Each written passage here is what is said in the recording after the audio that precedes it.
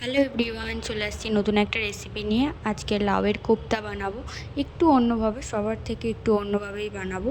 এর জন্য প্রথমে আমি লাউগুলোকে গ্রেট করে নিয়েছি, তার উপর নুন, লঙ্কার গুঁড়ো, একটু সামান্য পরিমাণ জিরে গুঁড়ো আর একটু হলুদ গুঁড়ো দিয়ে দিয়েছি। দিয়ে ভালোভাবে এটা মাখিয়ে নেব বেসন দিয়ে ভালোভাবে এটা মাখাবো। একটু একটু করে জল যদি লাগে একটু জল দিতে পারো, জল লাগবে না, যেহেতু হচ্ছে কি মানে লাউ থেকে জল বেরোয় নুন দেওয়ার পরে, জল লাগবে না।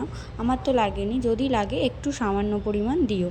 দিয়ে ভালোভাবে এটা মাখিয়ে নিয়েছি, নিয়ে গোল গোল শেপ দিয়ে আমি একটু তেলে ভেজে নেব। একদম অল্প তেলেই এগুলো সব কটাকে ভেজে নেব, কারণ গরমের পরিমাণটা খুব বেড়েছে। তো এই টাইমটায় তেল বেশি না খেলেই ভালো শরীরের পক্ষে।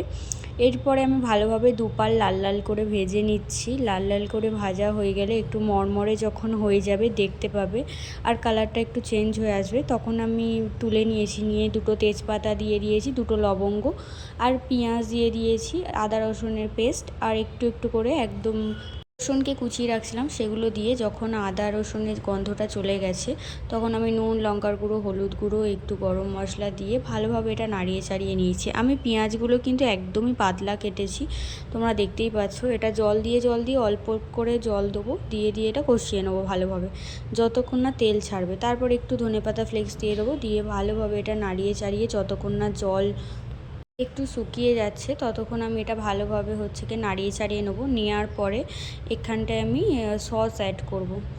সস দিলে দেখবে কার যে মানে কুচানো যে তোমার রসুনটা দিয়েছি আর সসটা দিয়েছি, দুটোর জন্য অসাধারণ লাগবে খেতে। তোমরা জাস্ট ট্রাই করে দেখো। এরপর এটাকে দিয়ে দিয়েছি, একটু কষিয়ে নেবো এবং যাতে মশলাগুলো ওই যে কোপ্তাটার ভিতরে ঢুকে যায়, এর জন্য আমি এটাগুলোকে ভালোভাবে একটু কষিয়ে নিয়েছি। নেওয়ার পরে এটা ফুটতে দেবো।